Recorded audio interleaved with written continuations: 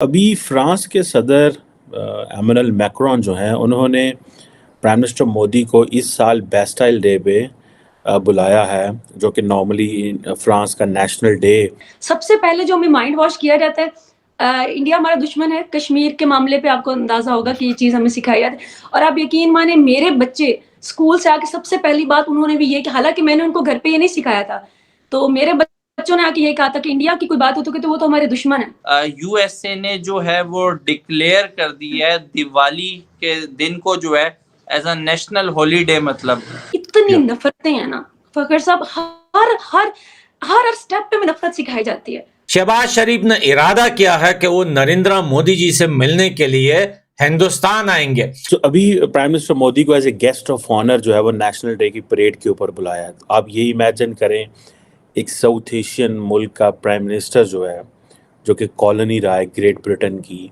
वो जा रहा है as a national day guest के तौर पे। यूरोप से किसी को नहीं लिया। क्योंकि मैं जितना मैंने पढ़ा है ना, 2 जमातें जो भी मैंने 4 पढ़ी हैं, तो जी। मैंने इतनी नफरतें सीखी है ना, इतनी मैंने जहालत सीखी है कि आपकी सोच है। मैंने जो सीखा है, मैंने गैर निसाबी किताबों से सीखा है। मैंने आप यकीन करें, वो वक्त दूर नहीं, आज तो आपने सिर्फ कल्चर और ट्रेडिशन देखा है ना वहाँ का, वहाँ की एक फेस्टिवल की हॉलीडे देखी है ना, वो दिन दूर नहीं जब इंडिया का सिक्का चलेगा डॉलर की जगह। इनको पता है कि न कश्मीर इनका था न इनका है, पाकिस्तान तक इनको बीक में मिला है, पर ये कश्मीर को लेके क्या बात करेंगे नरेंद्र मोदी जी से। और ये जो इनविटेशन है, इसको आप ये ज़हन में रखिएगा, ये बहुत बहुत बहुत इम्पोर्टेंट इनविटेशन है। ये आप समझ लें कि इंडिया को उन्होंने उठा के तो वो यूरोप के दिल में ला कर।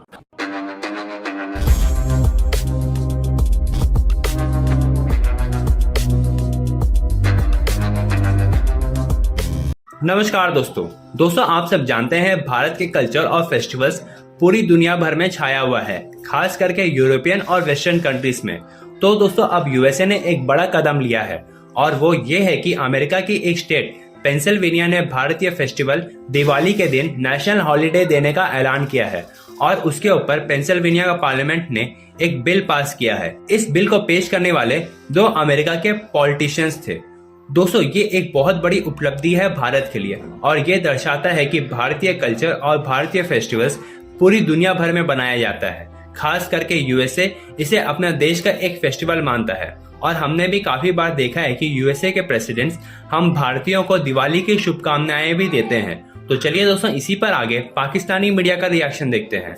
दोस्तों, भारत के वज़ीर-ए-आज़म नरेंद्र मोदी ने बेसिकली काफ़ी ग्लोबल लीडर्स को अपने नेशनल जो रिपब्लिक डे है उस पे बुलाते हैं। आई थिंक 26 जनवरी को जो सेलिब्रेट करते हैं।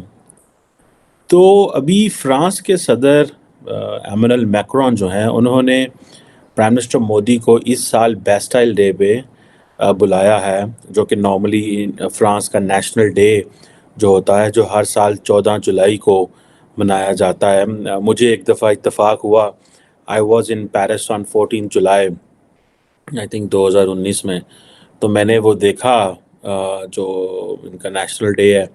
ये जितना भी शांज़ेलीज़े का एरिया है या जहाँ पे आईफिल टावर है, ये सारे एरिया को वो खाली करा लेते हैं, और बड़ा ज़बरदस्त किस्म की मिलिट्री परेड और बहुत कुछ होता है वहाँ पे। एक प्रॉपर ज़ाहिर बात है इसकी हिस्ट्री है, लेकिन मैं इसको ज़ाहिर बात है इंडिया फ्रांस ताल्लुकात के हवाले से देख रहा हूँ। और क्यों प्राइम मिनिस्टर मोदी को बुलाया गया है, एक तो मैं समझता हूँ इस बात को कि भारत के वज़ीर-ए-आज़म ने एक जिसे कहते हैं ना ट्रेंड डालना है, ट्रेंड भी डाला है। मॉडर्न ये जो इरा चल रहा है अभी पिछले 10 सालों में कि बहुत सारे ग्लोबल लीडर्स को रिपब्लिक डे पे बुलाओ, उनको प्रोटोकॉल दो, रिस्पेक्ट दो। अभी इन्होंने प्रेसिडेंट सीसी को बुलाया हुआ था इजिप्ट के। सो अभी प्राइम मिनिस्टर मोदी को as a guest of honour जो है वो नेशनल डे की परेड के ऊपर बुलाया है। तो आप ये इमेजिन करें, एक साउथ एशियन मुल्क का प्राइम मिनिस्टर जो है, जो कि कॉलोनी रहा है ग्रेट ब्रिटेन की, वो जा रहा है as a national day guest के तौर पे। यूरोप से किसी को नहीं लिया, अमेरिका से नहीं बुलाया, ऑस्ट्रेलिया से नहीं बुलाया। इसका मतलब ये है कि बेसिकली ये बिज़नेस और जो मिलिट्री रिलेशंस हैं दोनों मुल्कों के, वो एक पीक पे चल रहे हैं दोनों मुल्कों के। और इसको 2 ही एंगल से देखा जा सकता है कि जी बिज़नेस बहुत तेज़ी से इन दोनों मुल्कों का जा रहा आगे माजरत चाहता हूँ, और मिलिट्री बायलैटरल ताल्लुकात जो हैं वो जो है वो बड़ा इम्पोर्टेंट है। इंडिया आपको पता है दुनिया का मोस्ट पॉपुलेटेड कंट्री है, देन फिर G20 की मेंबरशिप भी है, अभी खैर चलें SCO की भी है, लेकिन वो ऑब्वियसली फ्रेंच को अच्छी नहीं लगी।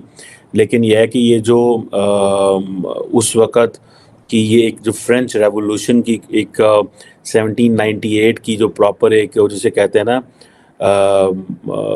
उसकी एक रेयर ये कहता है ये प्रिविलेज है, ठीक है, कि इंडिया जो कि फ्रांस का बहुत क्लोजेस्ट अलाय है। क्या पाकिस्तान इस वक्त यूरोप में ऐसा कोई अलाय रखता है? नहीं। यूएसए ने जो है वो डिक्लेयर कर दी है दिवाली के दिन को जो है एज अ नेशनल हॉलीडे, मतलब। और देखा जाए तो पहले भी मतलब इस तरह की खबरें मतलब आ रही थी कि जो ईद वगैरह के त्यौहार वगैरह होते थे तो वहाँ पर जो सेलिब्रेशन है वो मतलब माइनॉरिटीज़ वगैरह को या मुस्लिम्स जो है वो हॉलीडेज वगैरह ले लेते थे। लेकिन अब दिवाली के मौके पर पूरे यूएसए में जो है नेशनल हॉलीडे होगी। आपके ख्याल में कितनी बड़ी न्यूज़ है ये और कितना इसका इम्पैक्ट होगा? ओके अली, बहुत ही अच्छा सवाल है आपका। आपने इस चीज़ को रेज़ किया। मुझे लगता है कि बीइंग अ पाकिस्तानी हमें दूसरों के ऐसे सवालों को उठा के ना कि हम क्रिटिसाइज़ करें कि क्यों हुआ, कैसे हुआ, कब हुआ, नहीं होना चाहिए था, बल्कि हमें सीखना चाहिए कि यार एक चीज़, एक कंट्री जो है वो किसी भी कल्चर को, ट्रेडिशन को, फेस्टिवल को ना सिर्फ अपने मुल्क में प्रमोट कर रही है बल्कि वर्ल्ड वाइड उसको रिस्पेक्ट करवा रहे हैं वो लोग। अभी रिसेंटली आपने देखा होगा हमारे पास एक न्यूज़ आई थी कि यूके के अंदर इंडियन फ्लैग को थोड़ा सा डिसरिस्पेक्ट किया गया था, जिसके ऊपर बहुत बड़ा इशू क्रिएट कर दिया गया था। तो इस तरह की इतनी सी चीज़ पे पूरा हिंदुस्तान चीख उठा था। हर बंदा एक एक अलग अलग बयान देने को तैयार था। हर बंदा जो है उन लोगों को बुरा भला कह रहा था। इवन वहाँ के जो सिटीजन्स थे वो भी इस चीज़ के अगेंस्ट खड़े हो गए थे कि हम लोग बेशक यहाँ रहते हैं बट हिंदुस्तान हमारा दिल है और हम इसके साथ खड़े होंगे। बकायदा एक बड़ा फ्लैग भी जो है वो एम्बेसी के ऊपर फिर बाद में लगाया गया था और एक कॉल के ऊपर कितने इंडियंस वहां पर जमा हो गए थे। वहाँ पे जमा हो गए थे और एम्बेसी के ऊपर इतना बड़ा फ्लैग लहराया गया और जिस बंदे ने जो है फ्लैग को नीचे उतारने की कोशिश की उसको फौरन एक इंडियन ने जाके पकड़ लिया उसका हाथ। और जो वो सारा एक्ट हमारे सामने आया, I think that was superb, amazing. वो देख के कहीं से आपको ऐसा लगा कि इंडियंस कहीं जाके अपनी नेशनैलिटी भूल जाते हैं, आपको कहीं जाके लगा कि वो अपना कल्चर छोड़ जाते हैं पीछे, वो अपने अंदर की एक एक चीज को साथ लेकर जाते हैं और वहां जाके उनकी नहीं सीखते, अपनी सिखाते हैं, जो कि बहुत पॉजिटिव चीज है। और अभी ये जो आपने स्टेप मुझे बताया है कि यूएसए ने लिया है कि उन्होंने स्टेट हॉलीडे कंसीडर किया है इसको, तो आई थिंक कि बहुत बहुत बड़ी अचीवमेंट है हिंदुस्तान की। अगर आज भी आप हिंदुस्तान का मुंबई एयरपोर्ट बना है, आप वहाँ विजिट करें, तो मैंने भी खैर लाइव तो विजिट नहीं किया है बट अली ऑनेस्टली स्पीकिंग उनके मैंने वीडियोस देखी हैं। उनके मुंबई एयरपोर्ट के अंदर जो इंग्रेविंग और कार्विंग हुई हुई है वो उनके कल्चरल चीज़ों की हुई हुई है। वहाँ पे उनका पूरा कल्चर और ट्रेडिशन दिखाया गया है। आप खुद देखो कि हमारे यहाँ म्यूजियम्स में से चीज़ें उठाई जाती हैं और उनके यहाँ जो लेटेस्ट भी बन रही हैं उनके अंदर भी उनका कल्चर इंट्रोड्यूस करवाया जा रहा है। और आप यूएसए की बात करें, यूएसए तो वैसे ही अच्छे जो है ना बॉन्ड्स टाई करना चाहता है इनके साथ। अगर आप बात करें रशिया की, अगर आप बात करें बाकी तमाम कंट्रीज की, इवन मुस्लिम कंट्रीज भी इतना ज़्यादा प्रायोरिटाइज कर रही हैं इस वक्त करंट सिनेरियोज में इंडिया को। And what's the reason behind?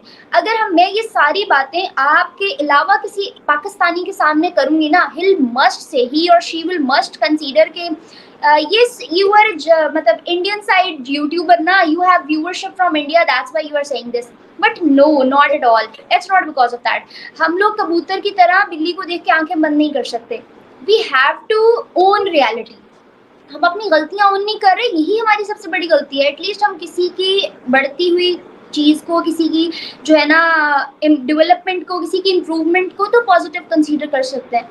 और अभी जो आपने स्टेप बताया कि यूएसए ने लिया है, स्टेट हॉलीडे कंसीडर किया उसको, तो आप देखें कि हमारे यहाँ इतने फेस्टिवल्स होते हैं, हमारे यहाँ इतना कल्चर चलता है। को कभी मुझे बताएं यहाँ पे ऐसा हुआ है? हमारा रमज़ान चल रहा था, कर्फ्यू वाली सिचुएशन थी, कहीं आप बैठ के खा नहीं सकते थे, पुलिस आ जाती थी। अभी बिल्कुल। ऐसा सिनेरियो यहाँ लाहौर में चल रहा था। बट कभी आपको कानो कान खबर हुई है कि यहाँ क्रिश्चियंस का जब रमजान चलता है, वो लोग रोजा रखते हैं, तो उनको हमने कभी प्रायोरिटाइज किया, हमें पता भी नहीं होता चल रहा है। कभी हिंदू जब व्रत रखते हैं, बेशक बहुत कम रेशो के हिसाब से, कभी आपको पता चला है कि उनको हमने इस तरह से प्रायोरिटाइज किया है? बट ऑनेस्टली स्पीकिंग, अभी रिसेंटली रमजान गुजरा है, मैंने न जाने कितने कश्मीरियों से इंटरव्यू किया, कितने इंडियन से इंटरव्यू किया। दिल्ली की एक बहुत बड़ी मस्जिद है, I just forgot it's name, वहां पे हिंदू लोग इफ्तारियां करवा रहे थे, हिंदू लोग इतना इतना एहतमाम कर रहे थे, फ्री इफ्तारियां करवाई जा रही थी। मैंने उस वीडियो पे रिएक्ट किया एंड इट वाज अमेजिंग।